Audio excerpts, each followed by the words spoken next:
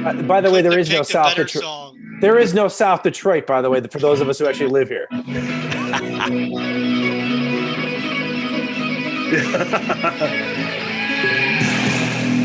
Smoking in a smoky room, a smell of wine and cheap perfume. And share a night, it goes on and on and on and on. Strangers waiting up and down the boulevard. There were shadows searching in the night. Love it. Yeah, what's up, boys? Darius. Nice. Don't stop believing. Nice. Guys, welcome to the show. Oh, thanks for having us. So excited. Guys, welcome to the Greatness Machine. I'm your host, Darius Mirshahzadeh, and boy, do we have a special guests, plural today. We got three-headed guest. The three CEOs, baby. Boom. So pumped to have you guys. Guys, welcome to the show. We're going to have some fun. Thank you. Thanks, Darius. Oh, man. I swear to God, I never get more excited in that moment of the show, except for when the show happens afterwards. So, guys, the format of the show is quite simple. We're bringing together change makers who are living their passions to create greatness in the world. And the three CEOs, this is 3 by 3. We're like almost really 4 CEOs, even though I'm like on the sidelines right now. There you go. But there's so much passion and greatness in this call. My brain is about to freaking explode. So before we go there, because this thing will just end. It'll be a combustion. We're going to break the internet right now. But before we do that, I want you guys to know that there's a couple things about what we're doing here. We are live streaming. So first of all, we're live. Start a watch party. Start 1, 2, 3, 4 watch parties, because we got 4 of these badasses on here. Ask us questions. I got my team on standby. They're going to be shooting over questions our way. And man, normally I write bios, but when there's 4 people, it's like, where the fuck do you go from there? So I was like, I'm going to do this in like plural, and then you guys kind of jump in and maybe give some of your backgrounds individually, if you don't mind. We'll keep it quick though.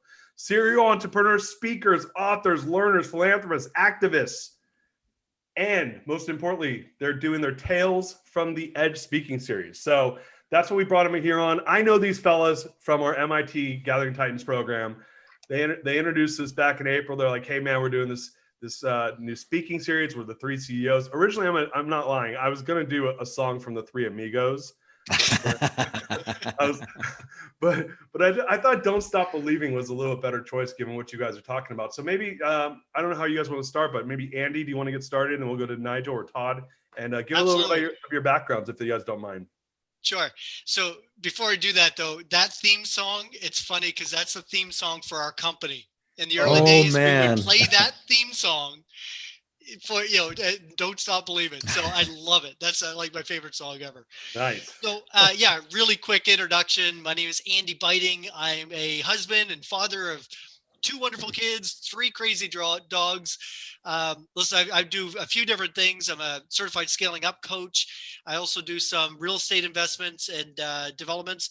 And I am the founder and CEO and partner of Tulip Media Group. And we do digital marketing as well as integrating through print marketing for clients all over North America.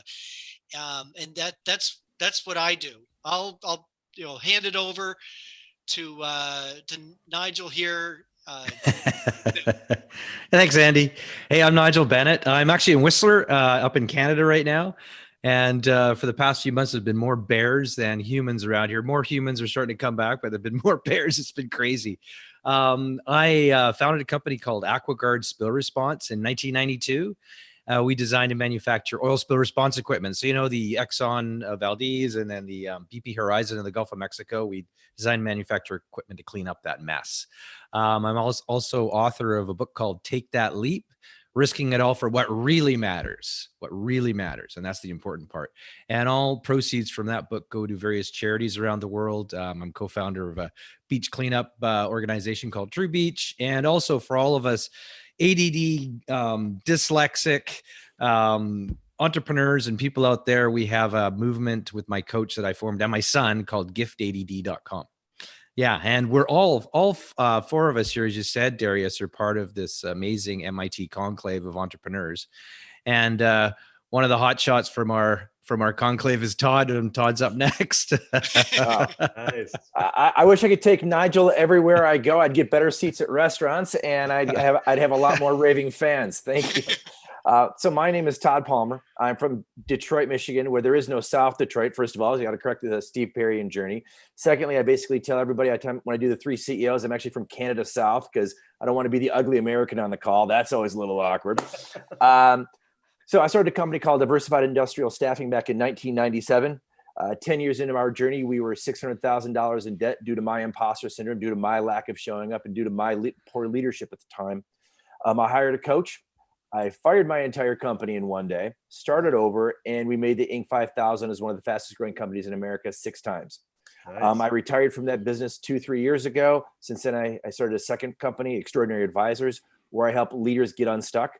I do a lot of inside out leadership training and a lot of inside out coaching for entrepreneurs, CEOs, leaders who are stuck, especially during times like COVID, where change and uncertainty are the prevailing mindsets.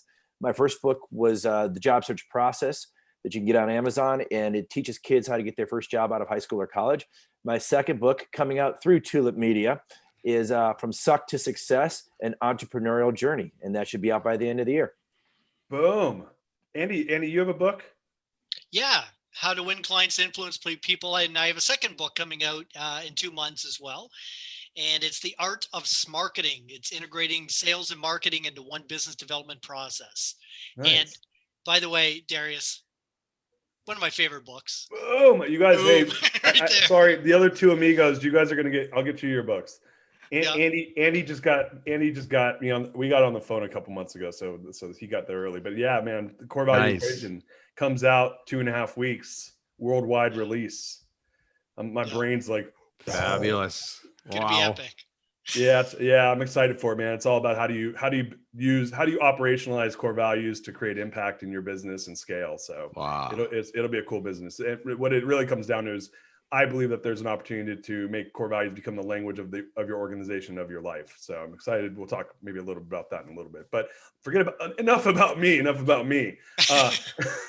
Let's talk about you guys. So, dude, Tales from the Edge. You guys have been going around doing this speaking series. Why don't we dive into that?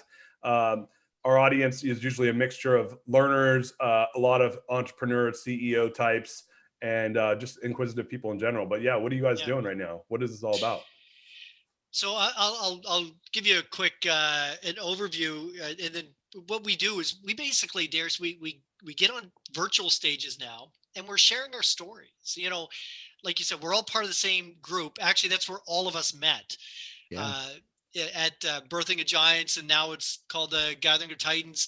But Nigel, Todd, and I are part of the same GOT forum group. And we started talking, and I don't know, but maybe 8 months ago or something, or 6 months ago, we started talking about getting together to do a speaking tour, getting together as the 3 CEOs. And then COVID hit. And then I think it was the week after, the week of, when everything was shutting down, we get on a Zoom call and we said, you know what, right now is the time to get out there, because people are going through, a lot of entrepreneurs are going through a recession, maybe for the first time, or maybe this is the worst one that they've gone through. And the 3 of us, we have a little bit of gray hair, it's shown here and there. And we've been around for a few recessions. Some of them have been really hard on us. Some of them we've survived really well, but we've certainly learned a lot. And all 3 of us are in a good position now. And I think it was Nigel who said, like, let's not underrate the value and the experience we have, because so many entrepreneurs just don't have that experience. So we decided to jump on this virtual tour as the 3 CEOs, and we've been speaking to all over Canada and parts of the US. We've even spoken to EO Malaysia. Nice. It's been a lot of fun. So and we're just telling our story and sharing some gold nuggets, some nuggets that will help people get through this time. Nice. I don't know if anybody else, Nigel and Todd, if you have anything to add. Anybody else want to add something? I have a lot of questions, but yeah, who else wants to add something? The biggest, I think, the takeaway value, the feedback we've gotten from the audience is a lot of entrepreneurs, an entrepreneur alone is an entrepreneur at risk, and they isolate and they don't want to talk about it, and they're embarrassed and they have shame and guilt attached with all that. All stuff that the 3 of us openly talk about in a very vulnerable and transparent way. And the feedback we've gotten from post events is, wow, like we really appreciate you helping us not feel alone. We really appreciate you helping us discuss a topic like uncertain change. I know Nigel tells some amazing stories about his doorknob experiences and how he didn't want to go into his business, and how how his self-talk, and then he hired his coach Kevin Lawrence to help him get through that. So having people who maybe are still in the same age bracket or still in the same stage of life as some of these maybe late stage entrepreneurs or even these early stage entrepreneurs, to say that what you're going through is it won't be the last time you go through change. And there's ways to get through it, and you don't have to do it alone. And again, I've relied heavily on Andy and Nigel to help me get through that, the Titans as well. And again, I think I just want to hear Nigel's doorknob story again. It's one of my favorite all-time stories, and it really he takes you there, and it brings you to a point where a lot of entrepreneurs don't talk about how lonely it is to be an entrepreneur. Yeah. No, I mean, you're so right, Todd. I really think, like, we talked about this, Darius. Like we talked about this. Said, I've got my gray hair and whatnot, and we've had all these events happen to us in our lives, in these, what do you call it? We've re-evolved ourselves and there's things that we've done that we don't even realize we've done that are actually probably of value to other people. And then we sat back, and our thing was that, being myself now, being an elder, I guess you'd call me an elder. And my duty, they all call me that. I know. Well, my duty and my responsibility is to give back to younger generations. I think that's a duty, I think, of all entrepreneurs at some point, is actually to give back and help people, with that whatever wisdom that we've learned along the way, our knocks and our trials and tribulations and lessons from the edge. So here we are. Yeah. Well, you guys I'm in good company. I could be the fourth CEO because I've gotten my fucking teeth kicked in a bunch of times. Yeah. It's funny, when you kind of, to your guys' point, you take it for granted. And I do believe that having a network of people that you can lean on when the times get really tough, it's going to suck either way, right? Yeah. It's just a question of, does it suck? And are you amongst people that can support you when it sucks? And then it's are you making the best decisions when you're under duress? And there's some interesting data out there, and I'd love to hear your guys' thoughts on this, but there's some interesting data that, when you are in massive state of stress, your IQ goes down. It goes down like 20 points, right? Which definitely doesn't help you make good decisions, right? So you're losing those 20 points no matter what, more than likely, if you're in a stressful situation, depending on how good you are at handling stress. I give myself, on a scale of 1 to 10 at handling stress, like real hard stress, I don't know, like a -10. I'm the worst, right? I am. I'm a naturally anxious person. I have a pretty high bar to get there. So like normal stress, that like when I see people stress out about shit, where I'm like, that's not even stress, right? But when the real stress comes, I'm not very good at handling it. Yeah. What I found though is that having networks, because I was a subprime mortgage lender. I don't know if you guys knew that. Do you guys know that about me? Yeah. Mm-hmm. Yeah. So what that meant was that I kicked ass from like 2000 to 2007.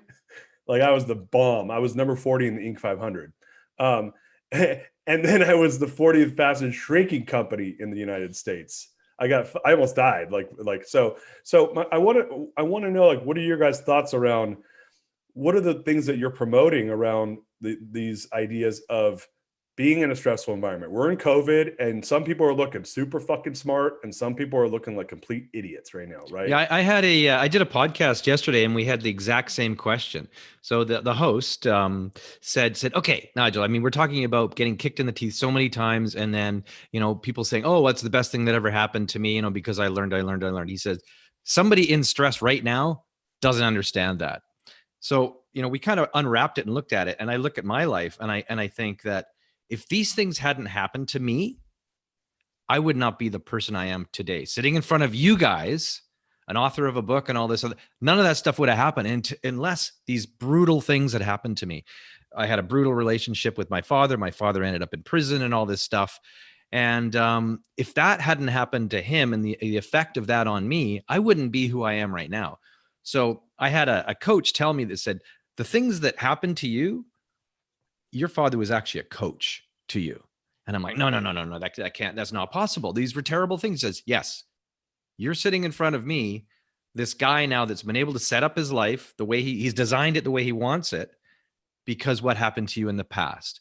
And that made a lot more sense to me. I kind of unraveled the onion a little bit there because I was having a really hard time with that. How could this possibly be helping me? But then again, if you look to the future, you know, you kind of call yourself back to here. I'm sitting here in front of you now, this person who I am because that happened. But it's really hard to express that to somebody that's going through a crisis in the moment, right? Yeah, you don't want to deal with it when you're getting your teeth kicked in. You're like, yeah. I mean, I don't want to deal, like when I've been through crisis, I'm like, yeah, I know there's these great things I'm learning right now. Fuck these great things. Like these great things go fuck themselves. I want peace and like calmness in my life, right? But to your point, stress on the vine creates the greatest wine. So it's if you so choose it, right? So I think that there is two roads, and we see this in life. People choose the broken road or they choose the elevation, right? And you can choose that broken road where you're like, I'm a loser, I'm done, end of story. And then some people do go down those dirty, dark paths and never come out, and other people don't. So what do you guys see as the difference? I would say that so Todd and Andy can talk to this, but with all these things that happen to you, I mean, you guys have amazing stories. Maybe you want to share one of these kind of being kicked in the teeth and then actually coming out the other side, evolving, right? I don't know which one.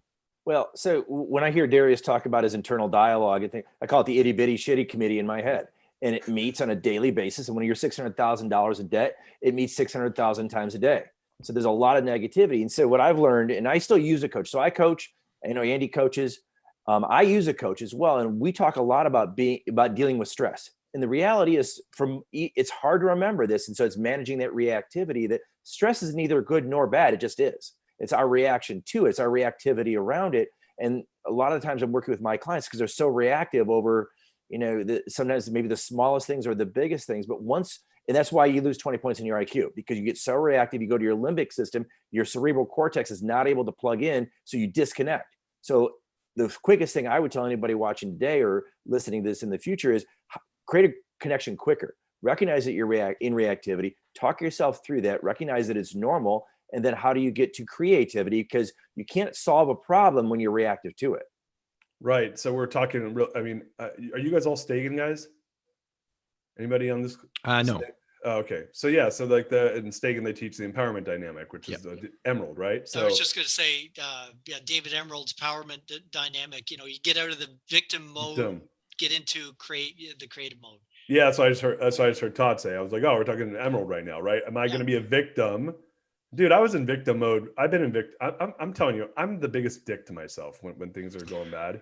I'm a total dick to myself. Like I think you got three others here, so I don't think you're special in that. You're special, but you're not unique. Oh yes.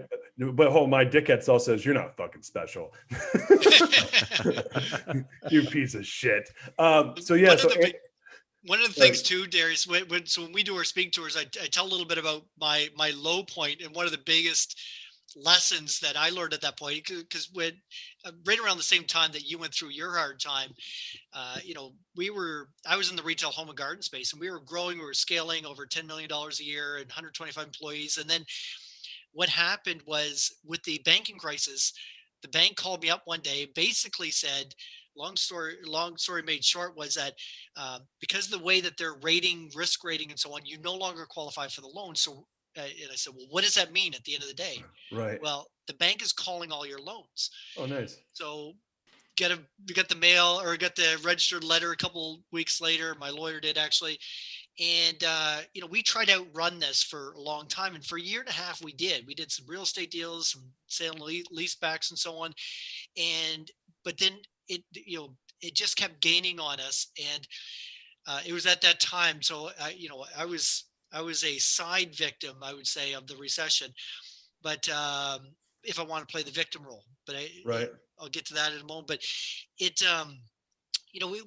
we tried to outrun it. And at a certain point, the way I put it to my team is said, this pit bull that's been chasing us down, called, the bank trying to foreclose on us. I said, we're going to stop in our tracks. We're going to turn around and we're going to face it. And we may not come out the other end. And we went into bankruptcy protection, tried to restructure everything, but ultimately we failed. The business went bankrupt. In a period of 2 weeks, I was served with about $6.5 million worth of lawsuits because everything I had personally guaranteed, they filed a lawsuit That's for. fine. So I had to go through personal bankruptcy. And the lesson I learned was, as soon as all that happened, I remember getting together with a mentor of mine for a coffee. And there were two low points, two interesting things happened that day. One, I'll never forget. He said, "Listen, Andy," he said, I told him the story. We talked through what's next. What do I do? Because I had to go through personal bankruptcy. I was wiped out, completely wiped out. The only reason why we still had a house is because it was in my wife's name. And he said, "Andy," he said, "one thing I want you to always remember is that you're an entrepreneur. And being an entrepreneur means that you have the most secure job in the world, because by definition, you'll figure it out." That always stuck with me. It got me out of the victim mode and got me into creativity mode. Said, you know what? Yeah, an entrepreneur. Well, definition of an entrepreneur is somebody who makes something out of nothing. I got nothing. I'm halfway there. How do I make something out of this? Right. And coming out of that, it really changed the way I look at business and at life. And an interesting side note, so I was in such a rush to get to the meeting that when I came out, I realized I parked illegally and there was a boot on my car. And, I never, it took me forever to admit this, but it's a great story now that I look back. But so there's boots on my car, a little notice on the window. It says, "Call this number and have it removed." I call it, the guy comes, and it's $130 to take this freaking boot off my car. And I remember at the time I had $195 in my bank account. Oh, 2 man. kids, mortgage, the whole works. Wow. And he was going to take $130 of it. But, it is those tough times that really makes you stronger. And the way I put it to one group I was talking to, I said, coming out of that, going into this recession now, I've got three different streams of income, right? 3 different businesses going on. Business is just structured a lot different. And without even realizing it, it was coming out of that really tough period, that gray hairs are earned, and I actually have something to show for them. And, but being an entrepreneur means that if your listeners, and my definition of an entrepreneur is anybody who is taking full accountability for their life. That's an entrepreneur to my mind. Yeah. And you take full accountability for your life. You don't blame anyone else for the lack of success, or you don't, also, you want to share the recognition, but when you are successful, you're the one who made that happen. And being an entrepreneur means that you have the most secure job in the world. What do you guys think of, I appreciate that story, man. I didn't know that about you. And I really appreciate you sharing that, and all you guys, your stories. But, and normally I get to just give praise to one person. So I'm practicing at 3. So You're doing well. yeah, thank you. There's a lot of love to give on this side. So one of the questions I would ask, and so this is something that I've been struggling with. Now, I think Andy knows this. I don't know if you guys know this. So I just left my previous business as CEO, and this happened in November, and I had this really big life change that was pretty brutal, and I, part of that was me deciding to step down as CEO and move on in my life in a new direction of the unknown. And what I realized over the last 20 years, like I said before, Darius is the biggest dick to himself, right? So what I realized was that I never really enjoyed the journey ever. And I would never celebrate the wins. I would celebrate them yeah, pop champagne, get drunk. And then the next day it's I'm back at 0 and I'm clawing and fighting for the next win. Right. So first of all, if you guys are familiar with Strength Finder, my number 1 strength is achiever. And my number 7 is competition. So having Strength Finder, if your number 1 strength is achiever, it means you like to check the box and move on to the next achievement. Right. And so, I learned very quickly that the bar just always keeps bumping up, right? And so one of the things that's been an interesting, and I'm a young guy, but I've been doing it. I'm 22 years into being an entrepreneur, and because I started when I was a teenager. And so one of the things I realized early on was that there was if you said what's the goal, unfortunately the answer was more, right? And so I never really enjoyed the wins, but I hate the losses. like so badly. So it's like, so what's the upside on the win? It's like, oh, I enjoy it for a moment and then I move on to the next win. And then I enjoy it for a moment and I move on to the next win. And I enjoy it for a moment and I move on to the next win. And then a loss comes and it's devastating. And I'm a fucking loser and nobody likes me. And as we all know, as entrepreneurs, like I say this on the show a lot, I'm going to say it again, because it's one of my favorite things to say is that success has many fathers and failure is a fucking orphan, right? So when you're failing, you're by yourself and very few people are there. I mean, people, and I've even found people that like you thought would be there bounce. Like they're like nowhere to be found. And you're like, whoa, man, we were friends. Like, why are you not calling me now? And so that it adds insult to injury, right? And I'm sure there's people out there right now. Now, look, it's a worldwide pandemic, so it's not. So maybe there's misery likes company, and a lot of people are dealing with it. But what are your guys' thoughts on this? Because what I'm trying to move towards now is that the path is the win.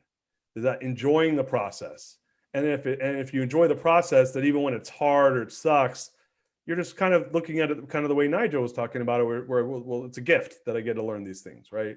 Because there's gratitude is different than achievement. I know I'm kind of talking about a bunch of different things, but what are your guys' thoughts on this? Because I do think it's really relevant to what you guys are working on. I think Nigel could share a lot with this. He's got the life by design figured out better than. Well, there's a bunch. I'm trying to think of what to talk about. So I got a buddy of mine. He's a 330 pound. Actually, I got a call with him right after this. He just texted me, which is very serendipitous. He's 330 pound football player, ex Canadian Football League lineman, huge guy, right? Huge boy. And he actually dragged me into EO many, many years ago. And he saw me, like you, Darius, flying all over.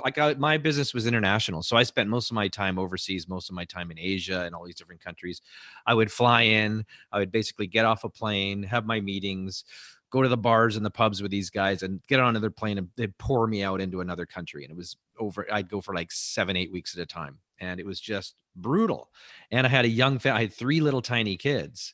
And my buddy Trevor, who was also in EO because he had just left the football league and he had an insurance business and he saw this happening to me and he just grabbed me. He literally grabbed me. He's like, Nigel, what the fuck are you doing? Like, you have a young family. You know, you need, like you said, you need to enjoy your family. And I said, yeah, but my business, I'm growing my business. I'm always in this business crisis. I need to keep going more and more and more. And he said, Nigel, you don't understand that, your family isn't worth sacrificing for your business and your business crisis. Because he said, I see it all the time. Things explode and people divorce and their kids hate them. And he says, your family is the most important thing. So I really took heed to this and, designed my life, around that afterwards. But he also, this guy, Trev, he dragged me into EO. Because he saw that, like I said, my life was crisis. And like Todd said, I had this doorknob effect thing going on. So every day I would go to my office and I would touch the doorknob and the thing was like vibrating out of my hand. And I was like, oh my God, okay, take a deep breath, Nigel, step into the bee's nest, because it was absolute chaos every day. All it was is Nigel's putting out fires. Nigel, I need this, I need this, I need this, I need this. And so Trev saw me going through this as well. And he literally grabbed me again, dragged me to an EO recruitment boat cruise. And I got recruited into EO. Next thing I know, I'm at Birthing of Giants, EMP or whatever they call it now, and which turned into our Gathering of Titans, which we're all in. And and like Todd talks about this imposter syndrome. So I was a complete imposter driving up this driveway to the Endicott house and all these entrepreneurs, there's Darius, there's all these guys, all these super uber successful people. I do not belong here. I've got ADD. I've got dyslexia. I really don't know why I'm here. I was a total imposter. And I sat at the back of the class hiding, at the back row. And our facilitator, Vern Harnish, comes in and stands up in front of us. And I had just hired a coach about 3 weeks before this. And he stands in front of the class and he says to 75 of us, he said, I got a question for all you guys and girls out there. How many of you have a coach? And I kind of put my hand up. Yeah, well, these guys, everybody has coaches.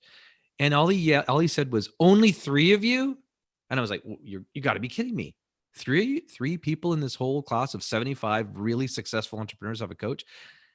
And Vern said, let me tell you guys something. every successful person that he knew, from Bill Gates to Steve Jobs to Michael Dell, he used as an example at the time. He said, all have one or multiple coaches. He says, you cannot do life alone.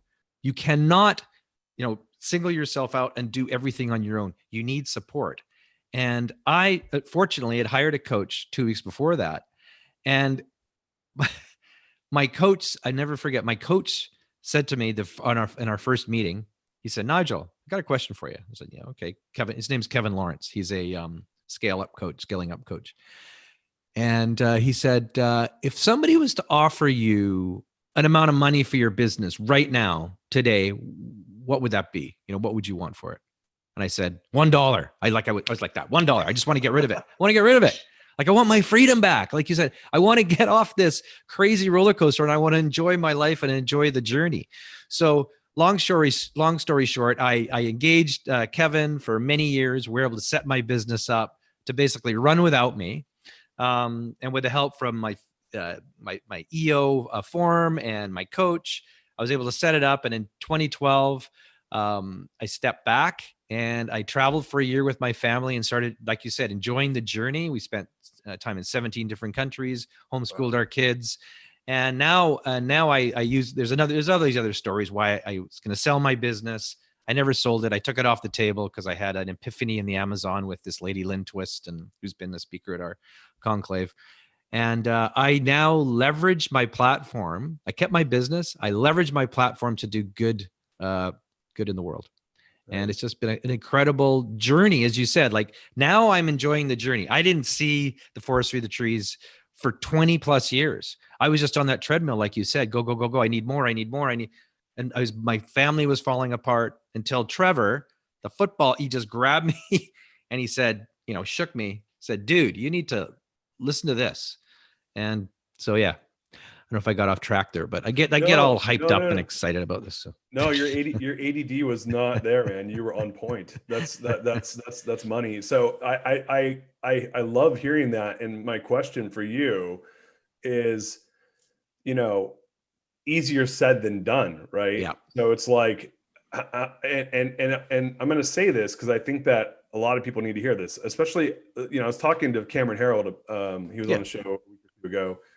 And I don't know if it was before or after the show, but he said, look, like, you need to realize that when you're in the GOTs or you're in Birthing Giants, or even if you're in EO, you're in that point, 3 percentile, like there's 3% of companies make it into EO. It's pretty small. And most companies are under $1 million, right? And if you say that there's 8,000 members and, probably under 10% of those people make it into the EMP or BOG program, well, now you're in like, 0.3%. Well, what percentage of those people are in GOT, right? Like you start extrapolating and you're around a pretty small group of people that are being introduced to these very high levels of thinking. And there's a consistency among the group, right? Yes. Like, I realize when I talk to people around conscious leadership, elevation of life, engagement, I know I'm talking a language that you guys are like, oh yeah. And 99% of the people around me that are not in this are like, what the fuck's he talking about? Like I'm talking about these like abstract ideas, right? Whereas for all of us, we're like, that's a language of how I want to live my life, right? So how does someone get started? Because I know I'm now kind of going down this road of helping entrepreneurs since I left my business and wanting to, do some cool coaching type stuff. I'm not sure how big I want to do it, but I'm seeing a pattern with them is I'm like, oh, I remember that guy. You're me, motherfucker. 15 years ago. Yeah. Right. Yeah. Dude. I see it. I'm like, oh, I remember. I can help you with that. But yeah, I remember that. So how does one get started? Because obviously I can say, yeah, go get a coach. Right. Yeah. And I think even that's a scary step because coaches aren't cheap, And so a lot of times these guys are like, I got to spend 60, 70, 100 grand on a coach. Dude, what if it doesn't work? Right. So maybe what are some ideas you guys have around getting people to protect themselves so that they can have a more, meaningful existence? Maybe Todd, you want to grab that one? Well, I want to step back for a second and talk about your idea of failure. Failure, I think we all have suffered from our own version of failure, our own either, like Andy's case where the bank said, we've decided you're through no fault of your own, you're going to fail. And in my case, very self-inflicted wounds, 1,000 cuts with a razor blade. And what I've learned in helping people like you're asking is to recognize that failure is part of the process, that it's just another step along your path to success. Enjoy the journey. And if all you're doing is, so many entrepreneurs, and I think a lot of us who, subscribe now to conscious capitalism, have recognized that seeking external validation, seeking external rewards, seeking, just chasing the dollar without having the why of why we do what we do, what is our purpose, then you're doing it for reasons that are not going to be soul filling. And I was a classic case of that. You turn the business around, you think you'd feel pretty great. You make the Inc. 5,000 6 times, you feel pretty good. Yeah. I didn't feel really good until I figured out, and I worked with, when Cynic came to the Titans, I worked with him, tell me to figure out 2 years to figure out 2 words: improve lives. When I'm improving lives, that feels really rewarding. That feels really good. And I point out to the entrepreneurs that I've done my hero's journey. How can I help you do your hero's journey from a 30,000 foot view, and to recognize that it is a journey and that there's going to be hiccups along the way, and to recognize that what you're going through, while again, it may be unique to you, it's not special in the world of entrepreneurship. We all have our stories. We all have our tough times. And so it's to appreciate the journey. It's to recognize, why are we doing it? And then tie in, how can we make money at doing it? Because I know I know the three of us have talked multiple times about the fact, chasing the zero is nothing different than chasing a high. And take the behaviors of an entrepreneur and take the behaviors of an addict. They're about the same. Take the labels off. When is it next? When is it more? I need more. I need more. I need more. Well, you'll never get more. When more is never enough, then the problem lies within you. And so how can you show up differently? What internal work do you need to do to get where you want to go? And to that point, to the point of your question, is there are people that can help you. And some coaches, the challenge with coaching, Andy and I have had numerous conversations about this. There's a lot of people who coach. How many of you have actually played the game? I love it. I love that. I got a call from a young guy a couple months ago. He's like, I can't get any clients. Like, well, tell me about your story. Well, I'm 23, and I owned a landscaping company. It was me and my buddy. I think I can run a business now. Really? Tell me more about that. Yeah, I'm going to see these guys with gray hair. They don't want to hire me. Really? You don't say. You got to get a little more experience, a little bit. There's got to be a little bit more in your rearview mirror than in your windshield, so that you have credibility. So that when someone, if Darius, when you're coaching, someone calls you up, hey, listen, I'm not going to make payroll. I may run out of money. I bet you've got ways to work with that. Where the young guy's going to be like, yeah, well, I read in the book, or I read in Traction, or I read in Scaling Up. This is what you do. Like, no, dude. Yeah. This is like hand-to-hand combat. We don't have time to call back to the general. We're on the front lines. The 4 of us have been on the front lines. That's how we can best help you, versus, what I did. I isolated. I detached. I shamed and guilted. My itty bitty shitty committee was screaming at me, to the point where the coach I hired at the time said, you got to do 5 positive things every day. And some of them, the first positive was, I got up, I went to work, I went to the gym. I only have 2 more positive things to do. Now, how do I do that? So sometimes it's the basic steps, because a lot of people think, and they reverse the process. They think, once I get motivated, I'll take action. The reality is, you've got to take action, and the motivation comes off of your action. Motivation is a byproduct of your action. You've got to take the action. Yeah, that's so funny. By the way, I have a name for when you can't make payroll and you got to go find money. You guys want to know what I call that? Sure. I call it surfing for pennies in the couch. Yes. You're just like looking under the seat. I'm like, I've said that to my business partner. I'm like, hey, we got to go surf for pennies today. So, quick question: how many people here have surfed for pennies through the couch? I mean, to make payroll, oftentimes like the day before, right? Yeah, surfing for pennies fucking sucks. Where the hell do I find that? Yeah, dude. I mean, because look, you could not pay, and like, dude, you could not pay yourself. I didn't pay myself for 5 years. Yeah, dude, half a decade I didn't and it wasn't like I was paying my bills through the company. There was nothing to pay. I was living on savings and making payroll, right? Because I couldn't pay myself. So I was like, oh, I'm not doing that again if I don't ever have to. The other thing I was going to say that you said that reminded me of something. Oh, Todd, I had it. I'm forgetting what I was going to say. Fuck it. I'll remember it. This is a great. Oh, this is what it was that you're so right, man, that people go, I did the same thing, which was I went into the corner because my business imploded in 7 and it was really fucked up till about 12, right? So it's 5 years. And the first place I went was in the corner by myself. And dude, when business sucks, people start to leave, right? So that doesn't help, right? That and so what I found was the people I was counting on, there's less of them. The people leaving made me feel like more shit, right? And I did the wrong thing. I went into a corner and I sat there. And in my case, I just got really fat. I gained like 100 pounds, and so which sucked, right? Like that. That's a health issue then. And then I was miserable to be around. And I'll tell you, when I started turning around, you said one thing that I thought was really, really, really important. I realized that I needed to have that feeling of a win, right? Because a feeling of a win begets the next win. And so I remember there was this moment where like we literally couldn't pay our bills. It's like 2008 or 9. And my brother was a salesperson. He was like the guy that would go out and grind and make sales. And I was the guy that was like building the company. And he's like, dude, you have to come fucking sell with me, man. I'm not doing this anymore. And I was like, man, I don't want to sell, you know, and I'm good at sales, but I don't like it. He loves it. I don't love it. So I was like, all right, we need money. So I'm going to sell. And I'm a pretty good salesman. So I get on the phone and I close a bunch of clients in one day. And I remember I was like, dude, I felt so good. Like I felt that win. And I remember it was an epiphany to your point where I was like, anytime I feel like shit, I'm going to go just get one little slump buster under my belt. Like and it could be anything. And I think that's really informative that your coach said, go do 5 things. Just that a win was to get out of bed, right? Because sometimes people are like, I'm not fucking leaving my house. Right? Well, you need that spike of dopamine. I mean, it's a trigger. It keeps you going.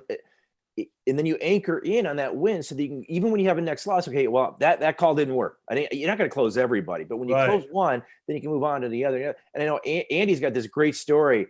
I hope I'm not speaking out of turn here, but he's got this great story of actually how he figured out the best way to sell was to fire all your salespeople. Yeah. When your back's against the wall, man, what are you going to do? Do you want to do that story? We have 2 questions. I could do the questions first. We could do that story. Your guys' call. You know what? I'll abbreviate the story because there is a lesson there that I want to make sure I get across, and especially in these days.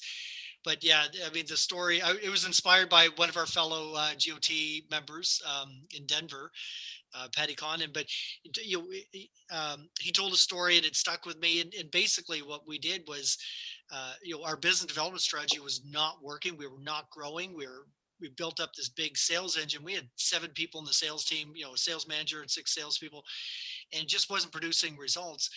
And, you hear this concept, you have to be courageous enough. You have to have enough courage to destroy what's good in the pursuit of what's great. And in one afternoon, to let all the salespeople go, and came back and said, we're going to change our go-to-market strategy. We developed this marketing process I'm writing a book about now, about how to automate, how to put your business development process into basically kind of like an assembly line. I call it assembly lining your sales process, and then automating parts of that.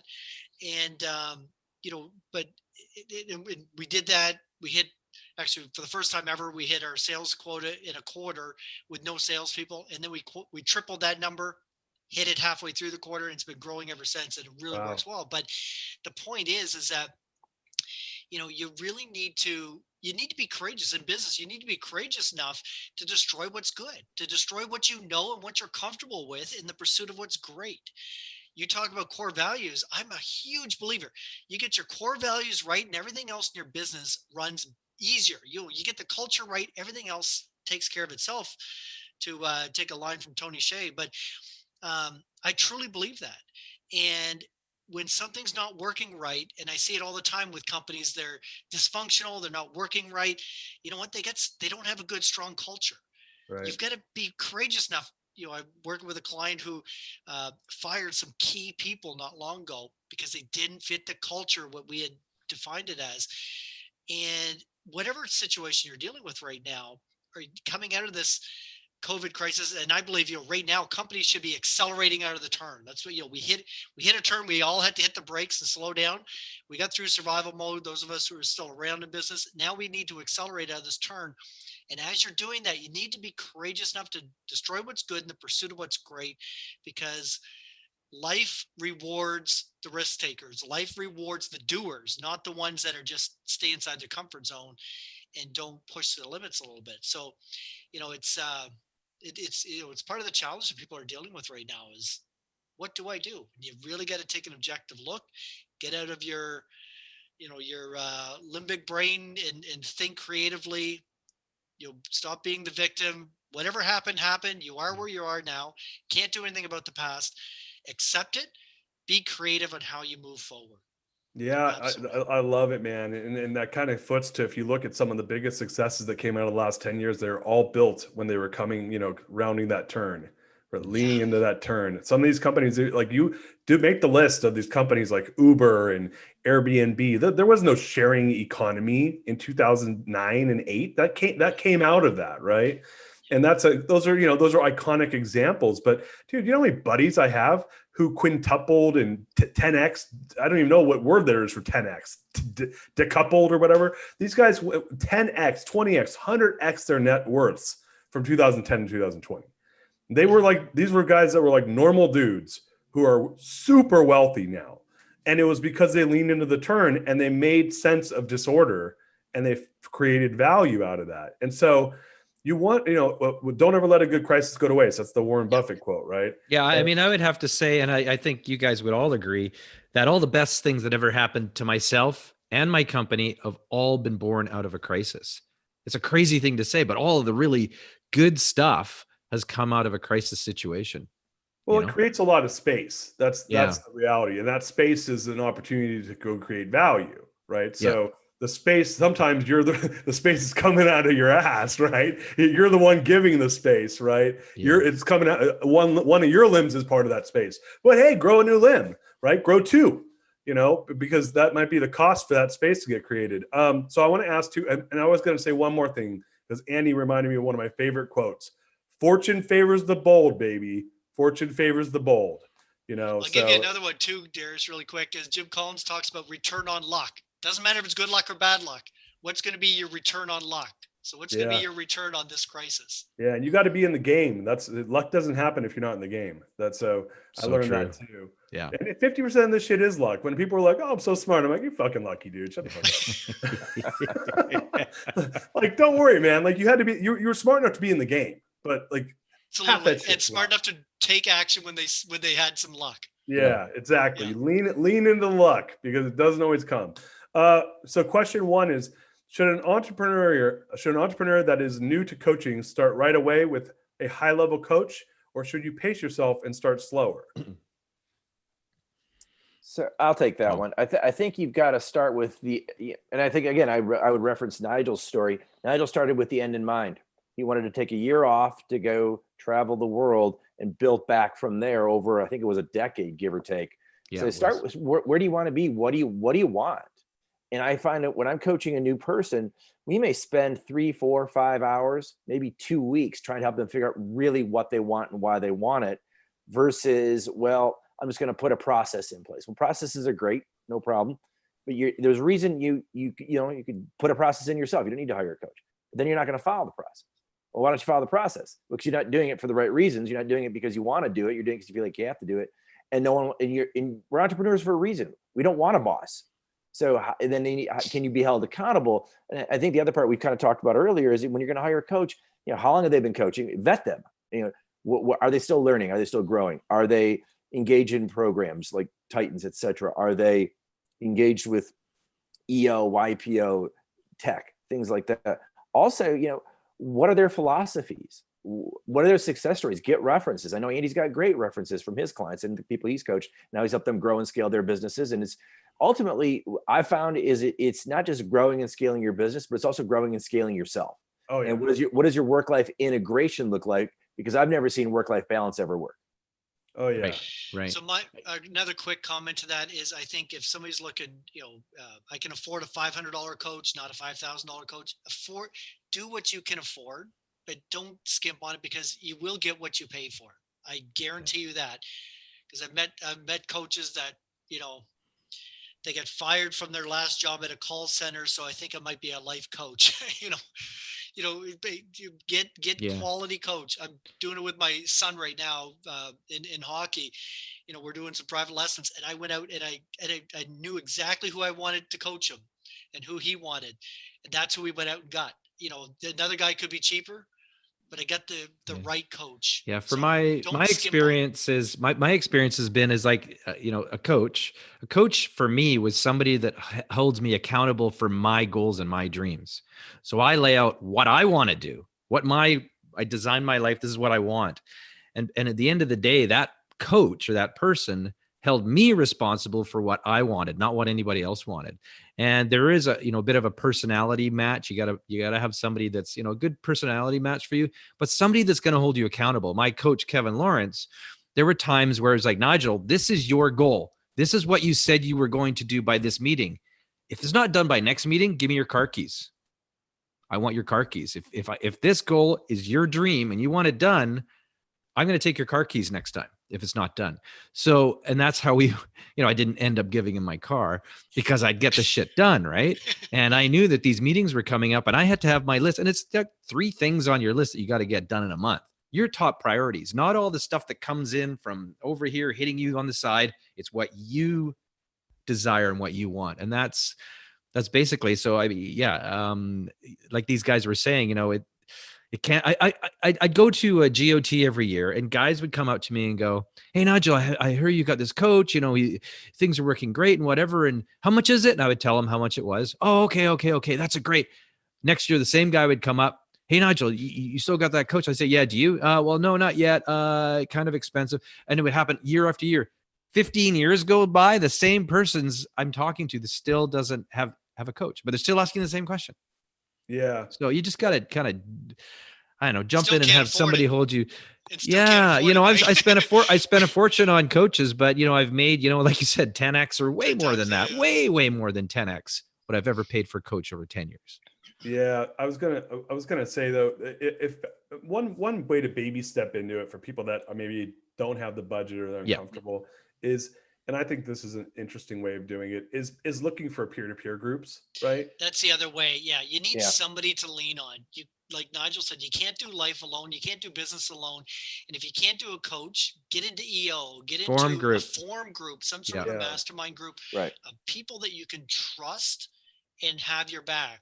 I belong to 2 form groups and have my own coach, but the form groups, you'll get into those, and they don't have to be. Just gather some people and meet once, once a month for breakfast or something like that. You could even do that if you don't have an EO chapter nearby or something. Because like you were saying, it's a very lonely life without that. Yeah, an entrepreneur alone is an entrepreneur at risk, no doubt about it. Yeah. Yeah, and I'll add to that, like, to your point, it's better if you go to a group because peers, like there's BNI, I think is a group, like Business Something International. But there's a bunch of them. I just look for like online accountability or it's like a workout partner, right? Yeah. Go find someone that's doing something similar to what you're doing and say who you respect, who you see getting shit done. By the way, my shirt says GSD. It stands for getting shit done. So find someone who's GSDing, who's getting shit done, and go say, "Hey, will you be my workout partner? Will you be my accountability coach?" I have a GOTer, Ash Kumar. He and I get on the phone every freaking morning. We ask each other 44 questions, and it's yes or no. One of them is, how many fucking drinks did I have last night? And I'm not an alcoholic or anything like that. I just wanted to have to say out loud I had a beer because I don't want to drink every day, even though I love beer. But the point is that there's accountability baked into that. And so I think that's a really easy place to start. We are running out of time here, though. So I want to get to the last question, and then we can get, and I want you guys to stay on for 5 minutes after the show. We do a quick wrap up. But purpose is important. What do each guest do? Why do each guest do what they do? What's their grand purpose? So who wants to start with their purpose in life? I think we got one. Todd already gave his. Give yours again. So I'll reiterate mine. Mine is improve lives. And what I love about it is it's universal. I can do it with my coaching clients. I can do it by showing up today on a program like this. I can do it with my family. I love working with, my son, my partner, Jennifer, her daughter, Etta Jane, to help them improve their lives so they can hopefully, they can create their own life by design, and they can glean off of my experience. And they've met, the 4 of us went to prison with Nigel one day for 3 days to improve the lives of people in a maximum security prison. Those are life lessons that stick with people that are transferable across several sections of our lives. Andy, what about you? For me, it's around freedom. And my purpose for doing what I do and why I do it is I have an insatiable need to have a sense of control over my life and my family's life, for us to have control our own lives. So for me, it's around freedom. Okay. Wow. What about you, Nigel?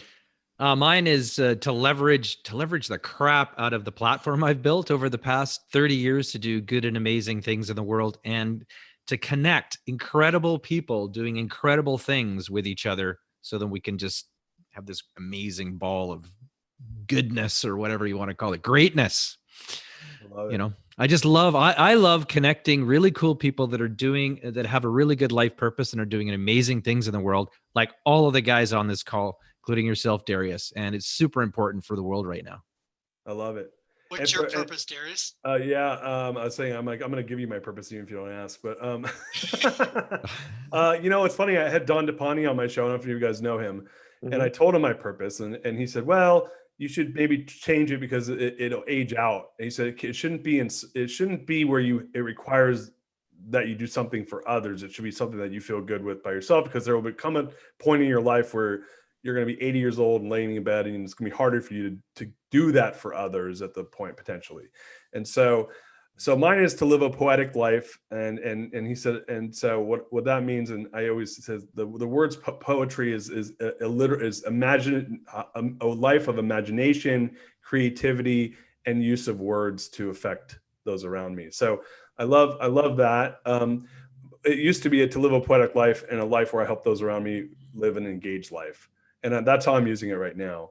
But I do think it's around living a poetic life. I love words, and I love the power of words, and I love how they can affect in the world in major ways. So that's where I'm landing right now. Fantastic. Nice. Boys, where can everyone find you? I know we're doing the speaker series. Let's give the 411 so my team can put it in the comments and everyone can connect with you guys. You know what? For the three of us, check us out at 3ceos.com. for what we're doing together as a group. And in there, you can connect to any one of us individually as well. Yeah. But 3ceos.com is the easiest way to learn what we're doing, and hopefully we can help some others. Very cool. Guys, awesome. Thank you so much. Everyone, look, we had such a great show. We got a couple more shows today. Our next show is with Fran Bitterman. She wrote a book all around core values, for those of you guys that know her, and we're going to have a really extensive talk about core values. She's actually the keeper of Simon Sinek's Why Intellectual Property, so we'll be talking about that as well. So we got her next coming up this afternoon. Follow me at The Real Darius M on Facebook. The Real Darius on YouTube is our channel. Subscribe there, please. I would love to get the updates on each shows, and then you get updates through your inbox. Last but not least, go to therealdarius.com, sign up for all the social, and I'm going to be putting a lot of stuff on that site. I don't spam, I only give value. So guys, dude, boom, so much gratitude having the three of you guys here. I like this foursome. This is fun. I'm not going to admit this to a lot of people, but it was fun. Yeah, it was fun. Man, it was awesome. Yes. With that said, guys,